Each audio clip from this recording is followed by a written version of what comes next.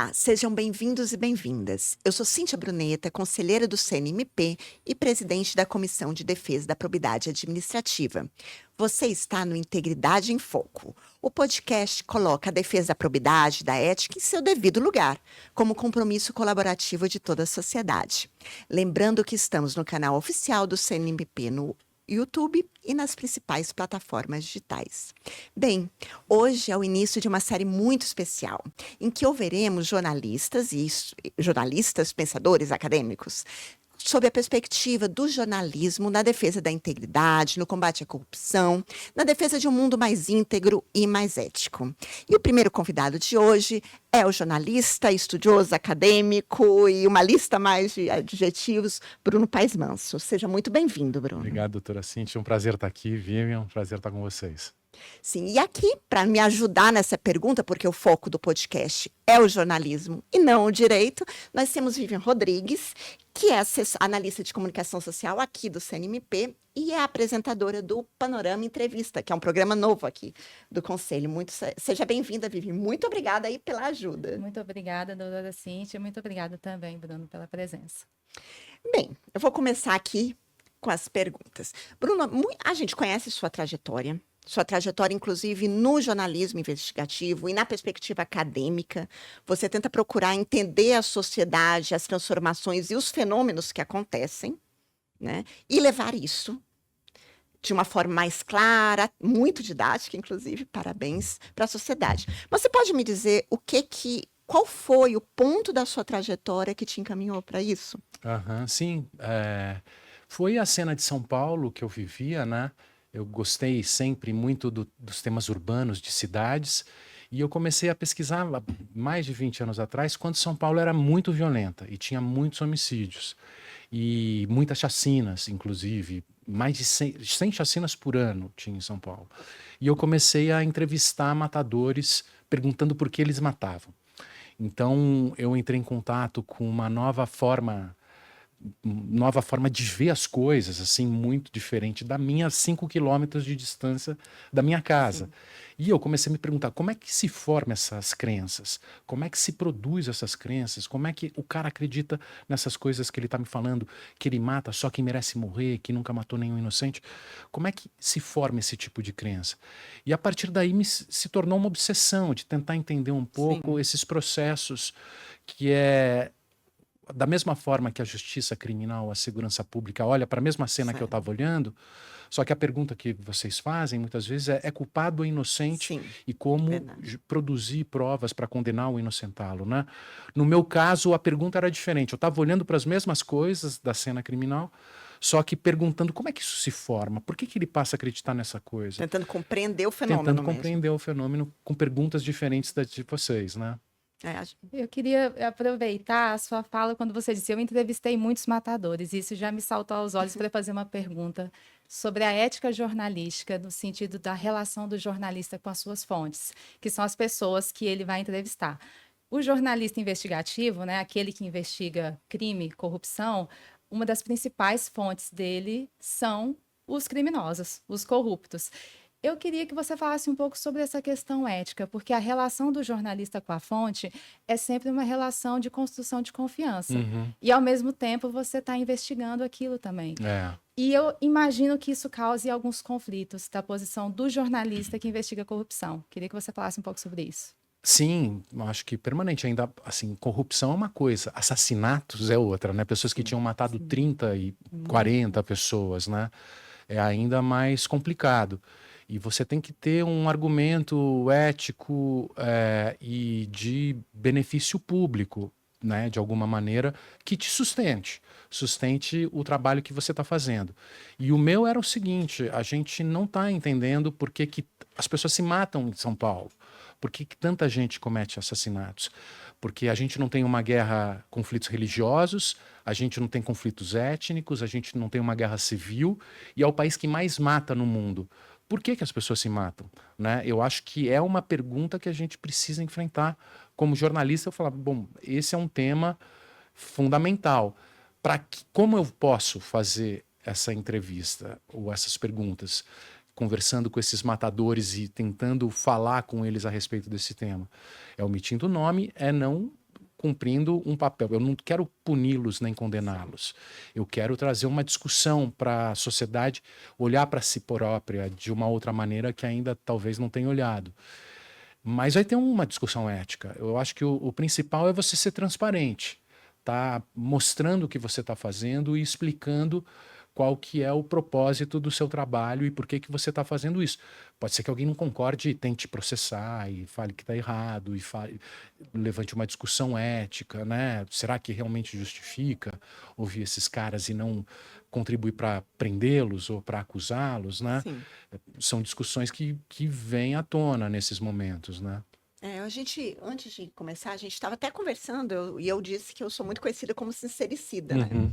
Porque eu acredito muito na transparência, mesmo e principalmente quando a transparência traz à tona erros e desacertos, porque só a partir daí a gente consegue caminhar. E é mais ou menos essa perspectiva, né? Quando você estava conversando sobre entender o fenômeno e sem ter contato com esse fenômeno, sem você poder descrever, sem você poder perguntar, a gente não consegue nem achar solução, né? Porque a gente não consegue nem fazer as perguntas que tem que ser feitas. Eu acho que tem aquela questão do próprio médico, que é uma metáfora importante. Se você não faz o diagnóstico antes, né, como é que você vai saber como agir ou quais são as políticas públicas adequadas? Se você não faz uma descrição da realidade mais próxima do que ela é de fato, né, você tem menos chance de conseguir pensar em formas de revertê-la. Então, eu acho que a gente, no jornalismo e nas ciências humanas, a gente trabalha, eu acho que com essa perspectiva, né, de olhar para dentro de si próprio como sociedade. Muitas vezes eu faço a comparação com a psicanálise mesmo, né? Quando você vai no divã, você faz uma investigação sobre você mesma, sobre seus medos, sobre suas raivas, sobre seus ódios, sobre suas paixões, e conversa e racionaliza a respeito para superar e para amadurecer. Se você não olhar de verdade, se investigar, você não vai conseguir amadurecer e transformar isso em palavra, em explicação. Você não supera certos medos, certos ódios, certos traumas, né? O jornalismo tem esse papel de olhar para dentro e de olhar para os nossos medos, para os nossos ódios, para as nossas raivas, para os nossos conflitos históricos, transformar em palavra muito próximo do real, e as ciências humanas também, né? Para você amadurecer enquanto sociedade e lidar de uma outra maneira com esses problemas, né? Quando você, como jornalista, chegou muito próximo dessas realidades de violência, de milícias, de poderes paralelos, né, que é algo que você trouxe nas suas obras, né, nos seus livros, até mesmo dessa interlocução entre crime e religião, né? Eu queria entender o seguinte: a percepção que as pessoas que estão inseridas nesse universo sobre corrupção, sobre transparência, sobre crime, ela é uma percepção muito diferente da percepção do direito, das instituições, né, da sociedade que não está inserida nesse Do contexto. sistema de justiça, né? Exatamente. Sim. E isso ajuda a propagar. Eu digo assim, as pessoas que estão inseridas, elas entendem que isso é crime, que isso é corrupção, ou elas dizem, ou elas se justificam com outros discursos, o discurso religioso, o discurso econômico, o discurso Sim. da própria justiça com as próprias mãos. Como que você avalia isso? Interessante essa questão, porque uma das perguntas no NEV, no Núcleo de Estudos da Violência, que a gente se faz, é o que produz autoridade e por que as pessoas obedecem à lei?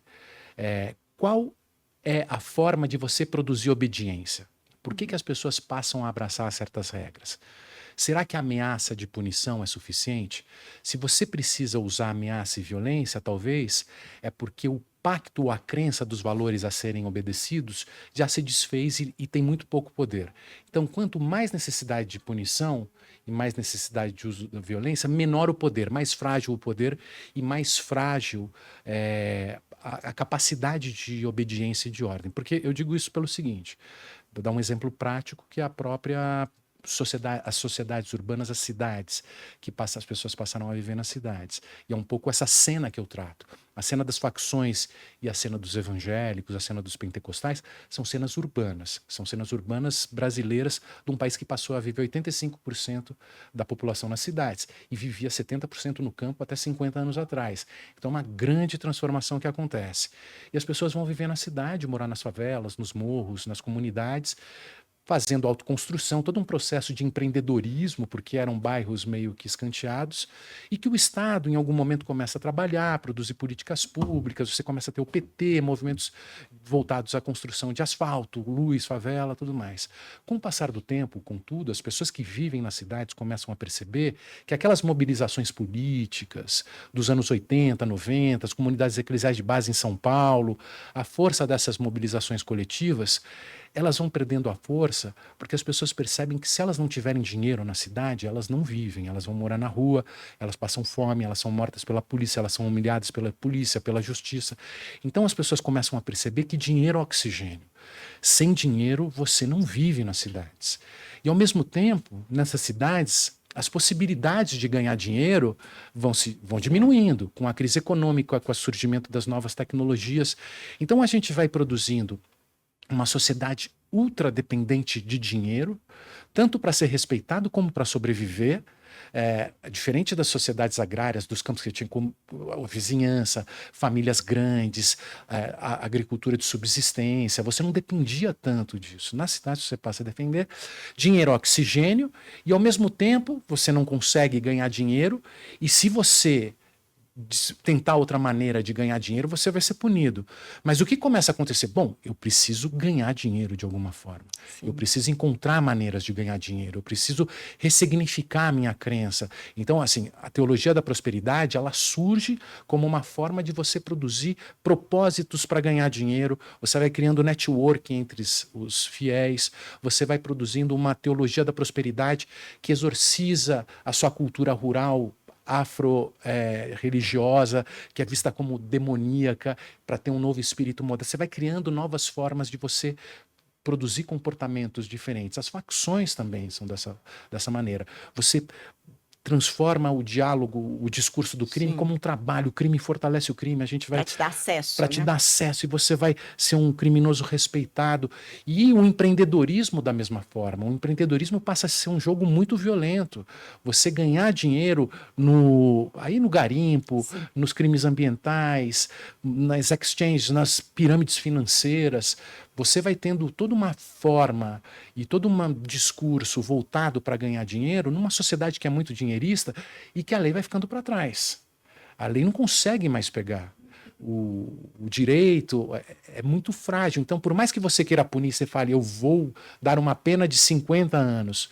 Mas o que adianta dar uma pena de 50 anos se sem dinheiro eu não sobrevivo? Sim. Se dinheiro é oxigênio.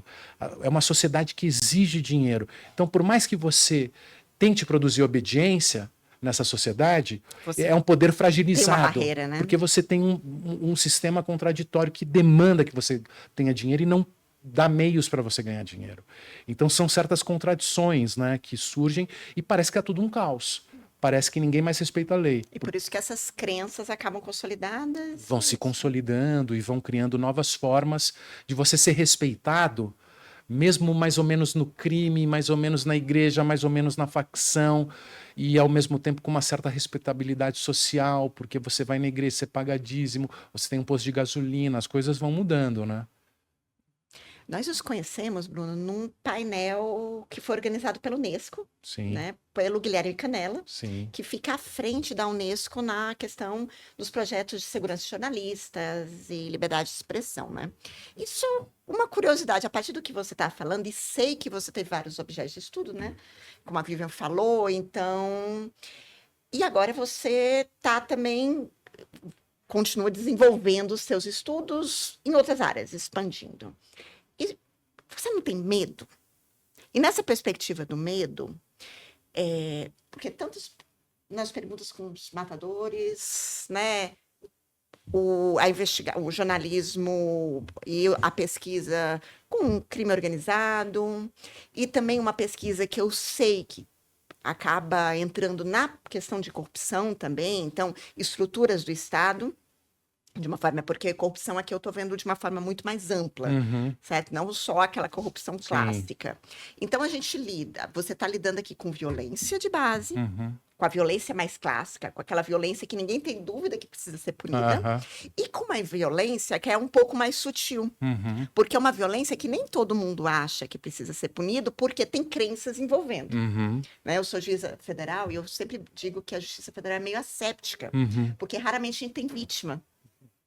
Né? Vítima, pessoa Aham, física, são sim. poucos os crimes que a gente tem uma vítima. A Uhum. gente lida muitas vezes com planilhas e com dinheiro e com milhões e bilhões, mas a vítima é um estado Uhum. que ninguém consegue enxergar. Então, você lida com isso, você lida com o crime de base, Uhum. você investiga Uhum. aquele que ninguém tem dúvidas, Uhum. que a pessoa não vai ter dúvidas se matar alguém é errado, Uhum. Claro. e o outro crime que é sustentado por essas crenças. Uhum. E o que te dá mais medo nessa perspectiva? Se você tiver medo, se não tiver Aham. medo, assim, mais receio de ingressar, de investigar. Eu acho que já foi mais amedrontador com os matadores, né? Que era uma coisa mais imprevisível. Mas qual é a diferença? Vamos dizer, comparar com o Tim Lopes, por exemplo, Sim. que é um jornalista importante que foi assassinado na Vila Arma Cruzeiro em brutal. 2002. Sim. O Tim Lopes, ele estava fazendo uma investigação, primeiro, sobre venda de drogas na Vila Cruzeiro, na entrada da Vila da Rua da Grota, lá no Complexo do Alemão. E aí ele estava com uma câmera escondida, isso passou no Jornal Nacional, ele ganhou uma série de prêmios mostrando um pouco essa feira de drogas. Depois ele voltou para lá, porque tinha uma matéria que ele queria fazer sobre um baile funk que tinha menores de idade envolvidos, crianças, adolescentes, e ele ia mostrar isso. Ele foi identificado nesse momento e foi assassinado. O que é esse tipo de matéria, que é um tipo de matéria muito importante no jornalismo investigativo, é um tipo de matéria que você expõe o criminoso e você produz um tipo de publicidade que mobiliza a justiça, o Sim. aparato de segurança, que o cara se vê pessoalmente ameaçado, Sim. né? A partir de um trabalho jornalístico como esse, que é um pouco um desdobramento da justiça. É um jornalismo policial investigativo com pergunta culpado ou inocente, que de alguma forma está condenando, claro, Caráter mais punitivo, caráter né? mais punitivo, Que chama o gravíssimo, clamor social. que chama o clamor social, que mostra uma coisa que ninguém estava vendo. O meu não é esse tipo de jornalismo, que são tipos complementares. O meu, eu procuro deixar claro, quando eu vou entrevistar essas pessoas, que eu não quero causar nenhum problema jurídico para Sim. ela, que eu quero, se ela topa falar sobre as coisas que ela faz, numa relação de confiança que provavelmente é intermediada por alguém que ela conheça, né? Também não chego do nada, sabe? Então eu vou administrando esses riscos com um tipo de jornalismo que não ameaça a integridade e a liberdade, em tese, dessa pessoa. Eu não falo nome, não falo bairro, eu quero realmente que ele seja honesto comigo de como é que é a vida dele, como é que são as crenças que ele tem. Então é um desafio, né? Não é fácil, né? Porque são temas muito tabus e Sim. pode torná-lo exposto, né? Mas eu tento administrar risco, sempre chegar apresentado por alguém de confiança, deixar claro qual é o objetivo da matéria, trabalhar um pouco com a vaidade dessas figuras, né, masculinas, vaidosas, que se enxergam numa guerra e tem um lado meio super-herói que ele se enxerga e ao mesmo tempo vive em segredo. Talvez um dia eu vou contar a minha história, legal, vou contar, beleza, conto com essas questões, mas não para a minha vantagem é essa, eu não quero prendê-lo, eu não Sim. quero puni-lo, eu quero fazer com que as pessoas vejam uma coisa que elas não estão vendo e assim, expor a deep web real, assim, então vamos dizer, né? Expor a sombra, expor aquilo que a gente prefere deixar escondido no cérebro, na mente, assim, que a gente não quer olhar para dentro e falar para o analista, né? E falar, e que em algum momento vai explodir. Então, se a gente não observar essas sombras, em algum momento isso vem à tona. Então, é esse o objetivo. Então, eu administro esses riscos deixando isso claro, né? Que eu não vou puni-lo, Sim. é um outro tipo de jornalismo. Falando um pouquinho mais sobre o seu perfil, você é jornalista, mas você também é economista e você fez mestrado e doutorado em ciências políticas, né? Eu queria entender como outras áreas te ajudaram a ter esse olhar mais sociológico, assim, fazer uma pesquisa mais etnográfica em relação a esses temas.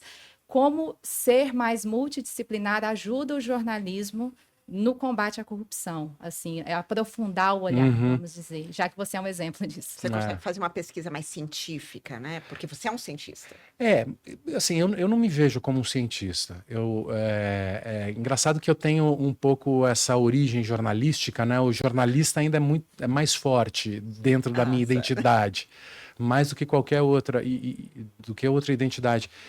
Assim, porque eu comecei a refletir sobre isso a partir das reportagens. Então, assim, o fato dos matadores terem me falado isso, comecei a pensar, mas por que eles passaram a acreditar nisso? Por que eles pensam dessa forma?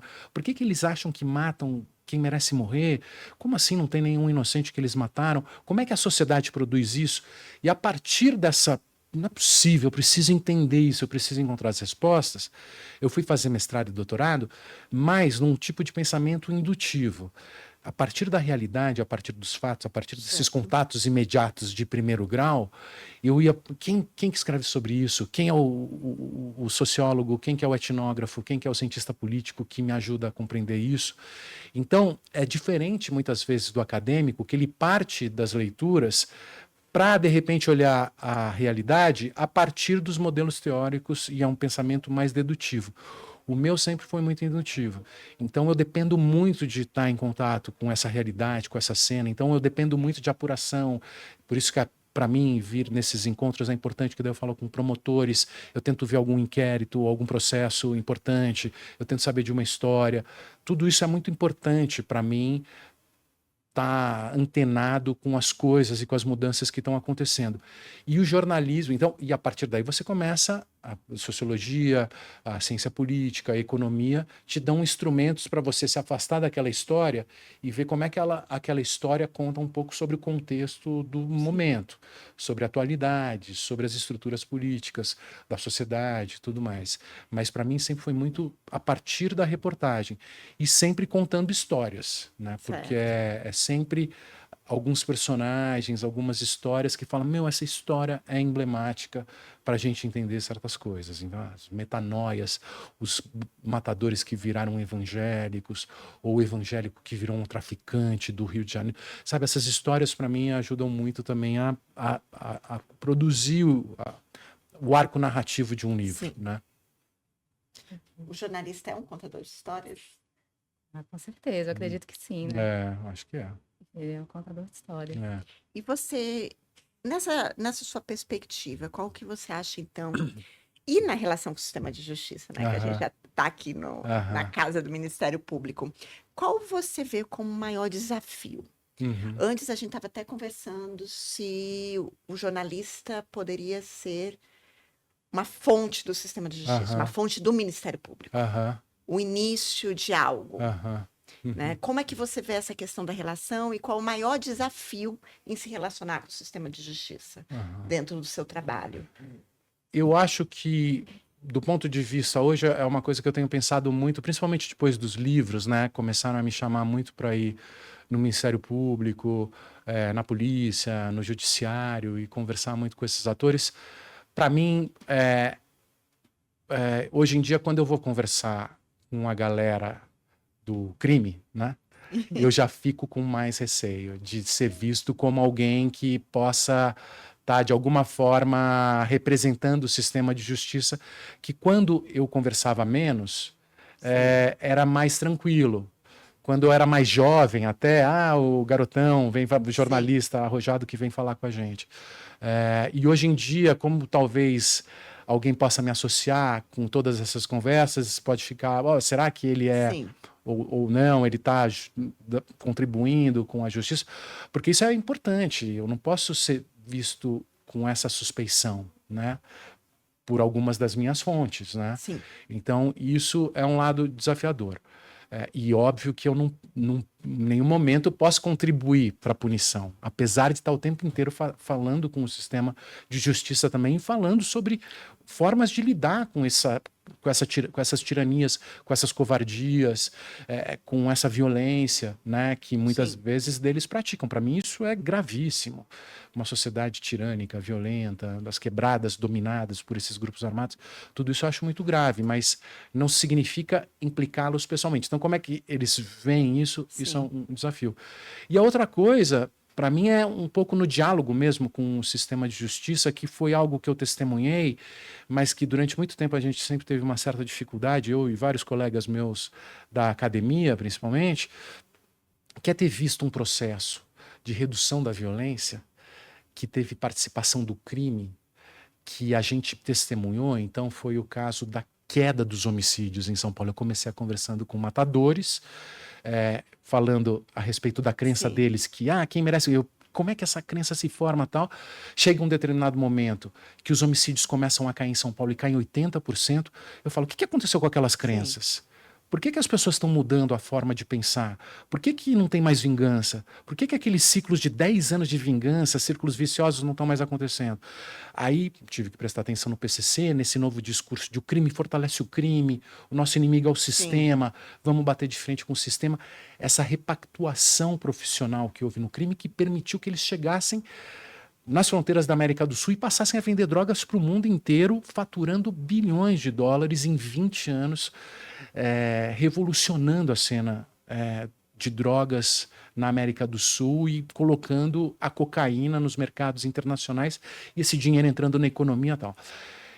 E mostrar e conversar com o sistema de justiça e falar que muitas vezes o modelo que a gente vinha seguindo produzia efeito colateral e permitiu o fortalecimento desses grupos e que muitas vezes o sistema prisional tem aumentado a massa de manobra desses caras e que muitas vezes o modelo que a gente tem seguido pode talvez ser o nosso veneno e não o nosso remédio, e talvez a gente tenha que pensar fora da caixinha em formas alternativas de lidar com o problema, porque hoje são mais de 80 gangues no Brasil e tudo mais. Isso causou muito ruído já. E muitas vezes é confundido com apologia ao crime, como se a gente estivesse vendo aspectos positivos no PCC, sendo que a gente, e ao mesmo tempo, a gente está mostrando, olha, não estamos falando que os caras são pacifistas, porque quando eles estão em conflito com outras gangues em outros estados, o crime e o homicídio explode. E hoje são 80 gangues, é um modelo bem sucedido. Então a gente precisa olhar para esse processo, né? E aí parece que você está defendendo o crime, parece que você está fazendo apologia ao crime. E aí as pessoas veem no sistema de justiça, muitas vezes você fica meio que estigmatizado dessa maneira. Talvez seja a percepção de que a gente não precisa, dentro do sistema de justiça, de uma contextualização. Você falando aí, eu me lembrei, eu trabalhei com demandas estruturais na área de saúde, fiz uma grande audiência logo no início do processo, e foi um estudioso nessa área. E eu comecei a ouvir nessa audiência sobre taxa de rolha em hospitais, que eu nem sabia que usavam esse termo, taxa de rolha em hospitais. Pois é. Taxa de rolha em hospitais, máfia de prótese. Taxa de rolha? É o valor que as fornecedoras de próteses pagavam para o hospital, para os médicos daquele hospital utilizarem as próteses. Então começou a falar sobre isso e eu imediatamente decretei a confidencialidade das sessões dessa audiência, embora seja uma ação civil pública, obviamente, mas a confidencialidade das sessões. Por quê? Porque as informações que começaram a chegar, eram informações que auxiliavam na contextualização do problema. Se eles não tivessem liberdade para falar, para dizer todos os fatores envolvidos naquela questão, a gente não conseguiria trabalhar a política pública. Claro. E eu imagino que com segurança pública é isso. Se a gente não tiver gente que estuda o fenômeno e que traga verdades para o sistema de justiça, como é que a gente vai pensar em políticas públicas? Não só na perspectiva de repente, uma estruturação, como é no caso das demandas estruturais, mas também o controle. Sem dúvida. Das decisões do gestor. Né? Se a gente não puder falar dentro do sistema de justiça, se a gente não tiver acesso a verdades, e eu vejo muito o seu trabalho nessa perspectiva do trazer a verdade do que está acontecendo, que a gente, na nossa limitação, informação. inclusive de conhecimento, de informação, etc., não consegue ter. Eu não vou Aham. sair para as Porque o ruas. Bruno é um jornalista que vai a campo mesmo, em entrevista, e Exato. se expõe, né? Se coloca em risco. E às vezes, assim, quem opera o sistema de justiça acaba olhando para um caso particular. Recentemente, na semana passada, eu estava no Ministério da Justiça e um oficial da Polícia Militar veio falar para mim, do gabinete do Ministério da Justiça, falou para mim assim: eu li seu livro do PCC e eu vi um caso que você descreveu em Atibaia, que era quando o PCC estava começando a ir para as fronteiras da América do Sul, para a Bolívia. E a gente fez aquele caso, a gente fez aquela prisão e só depois, assim, quando eu li seu livro, eu entendi a importância, a relevância daquela prisão, e eu até passei para os meus amigos, tal, porque quando a gente está fazendo aquela operação, Sim. a gente só sabe o nome do cara. E onde ele está, o que ele está fazendo e o que tem que fazer. E morreu a história, acabou. E a gente não tem a visão do todo, né? Sim. Que às vezes, realmente, o jornalista tenta buscar essas histórias e esse contexto, né? E o acadêmico também, enfim. Né? Como que você entende o papel do jornalismo nesse sentido de explicar, de traduzir a complexidade do fenômeno para as pessoas, para o seu leitor? Quando você está ali escrevendo, quais são os recursos que você busca para explicar aquele fenômeno que às vezes é complexo, às vezes é paradoxal, né? Quando você estuda religião e crime, mas que você quer dar sentido àquilo para a pessoa que está lendo. Assim, eu digo do papel do jornalismo de explicar as Aham. pessoas. Só uma complementação aqui. Você acha que o jornalista é um tradutor da realidade ou um intérprete da realidade nesse Olha, sentido? Porque tem uma. tem. Eu acho que é mais um intérprete. Eu acho que é mais uma tentativa de entender algo que várias pessoas vão ter várias versões e várias interpretações, quase uma hermenêutica, né? De você ver aqui, cada um vai ver de um jeito. É como a Bíblia, os evangélicos têm uma horizontalidade, cada um interpreta de um jeito. O traficante na favela interpreta de um jeito, e se vê um traficante ungido por Deus, a partir da Bíblia. Cada um faz um tipo de interpretação. Eu faço uma interpretação, mas a gente tem um compromisso com ser o mais fiel possível. Não dá para dizer que existe uma verdade, né?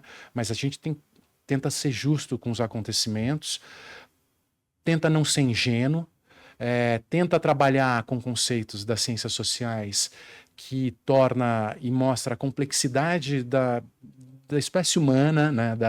da realidade, das paixões e das razões. E eu acho que eu tento escrever e alcançar, quando eu estou fazendo, sobretudo, não contando histórias que sejam meramente racionais, mas que tenha muita emoção, porque a espécie humana é movida a paixões. E você entender o papel das emoções nas trajetórias humanas, né, é muito importante. Então, são histórias que, de alguma maneira, você tem que entender a verdade daquela história. E a verdade daquela história, muitas vezes, envolve emoções. Então, por exemplo, o evangélico se converteu, o ex-bandido que se converteu, ele abandonou para entrar no crime aos 16, 17 anos, muitas vezes, os seus laços afetivos mais importantes com a sua mãe, às vezes depois quando ele casa com a sua filha. E ele começou a envelhecer e ele viu que aquela guerra que ele estava lutando é vazia, não faz sentido. Um traficante do Rio de Janeiro me falou: olha, eu ganhava 300 mil por semana numa favela, eu nunca tinha conseguido jantar no restaurante com a minha filha, e eu percebi que eu precisava sair do crime. Quando eu estava na frente de uma escola, eu vi um casal de trabalhadores assim meio sujo levando a filha deles na escola. Eu falei: isso é a coisa que eu mais quero na minha vida. E ele não conseguia. Sim. E aí, isso é muito emocionante. Aí ele entra no processo depressivo, e a igreja oferece o caminho de saída. E tudo isso envolve muita emoção. E tudo isso envolve muita verdade. Ele te contando isso, você fala: meu, é verdade. Pô, o cara tá me contando umas histórias, né? Ele tá sendo honesto, ele tá sendo sincero e tá me explicando certas coisas que dizem respeito não só à razão, mas diz respeito à depressão, Sim. a fundo de poço, a escadas para esse fundo de poço, que são muito emocionantes, né? E são emocionais. Então eu sempre procuro estar muito atento a essas questões emotivas nas histórias. Perfeito. Nossa, Bruno, Vivian, muito obrigada. A gente poderia ficar horas Nossa, aqui sim. conversando. E olha que a gente estava conversando antes, né? Sim, sim. Mas muito obrigada mesmo. Eu que pela sua agradeço, um prazer presença. conversar com você. Obrigada pela Agradeço ajuda. também, agradeço, Bruno. Obrigado, Perfeito. legal. E você que nos assiste pode e deve participar também do Integridade em Foco, indicando temas, sugerindo convidados e perguntas também. O nosso próximo episódio dessa série tão especial é com Felipe Recondo, que também é jornalista, mas o olhar dele é para dentro do sistema de justiça. Lembrando sempre que estamos no canal oficial do CNMP no YouTube e nas principais plataformas digitais. Vejo vocês. Até lá!